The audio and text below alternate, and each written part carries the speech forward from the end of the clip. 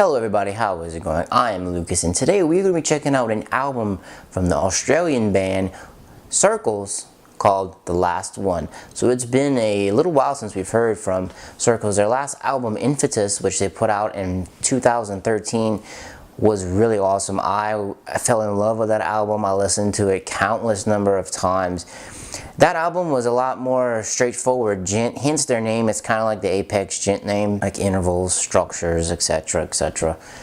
That album was a lot more straightforward djent, I guess you could call it. It had some progressive elements in it, but it was a lot more aggressive type songs. Because this album, it definitely downshifts a lot from the previous album. They did lose one of their guitarists from the band. They replaced him, they moved on, and this is the reformed structures, if you will. The very first track on the album is called Winter, and I don't really care for that track at all. I feel it's very weak.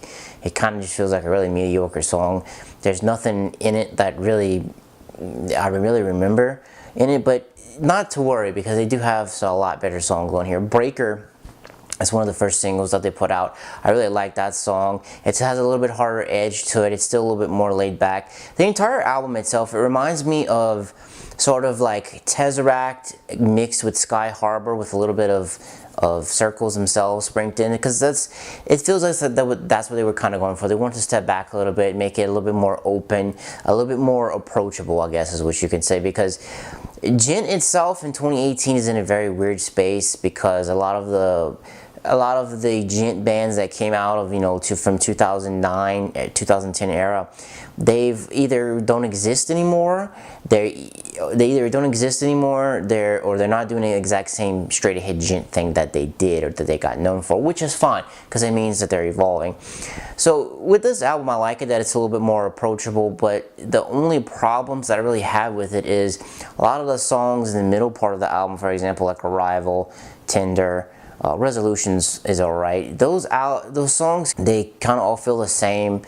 They kind of just have one. They just kind of stay like this the entire time. They don't really rise and fall as much as, say, other songs. Some of the songs toward the end, such as Dream Sequence, Renegade, and even Alone with the Ghost, which is the final song, all of those are really good. They have a little bit harder edge to them. They're a little bit more explosive. They have a little bit more energy into it. I mean, the production on the album is really good. Like I said, the only real problem I have with it is that sometimes the songs are really just like this. Like this kind of how they make me, like my face was just kind of, oh hey, hi, I'm here on my song, I'm going by. That's just kind of how it made me feel. The whole album itself is 10 songs, it's 45 minutes. Overall, I'm going to have to give this album, I'm going to give it a 3 out of 5. It is a very good album. If you're in the mood for a more laid back type of prog metal that embraces more of prog than the aggressive metal side, this is a perfect album. It's very approachable. It's something that you can put on with someone who doesn't really like metal. They would find some common ground with it. It's great for that. Like I said, it reminds me a lot of Sky Harbor and of Tesseract, which is a good thing because we need more of those type of bands in the world. But enough about what I think. What do you think? Do you love this album? Do you hate this album?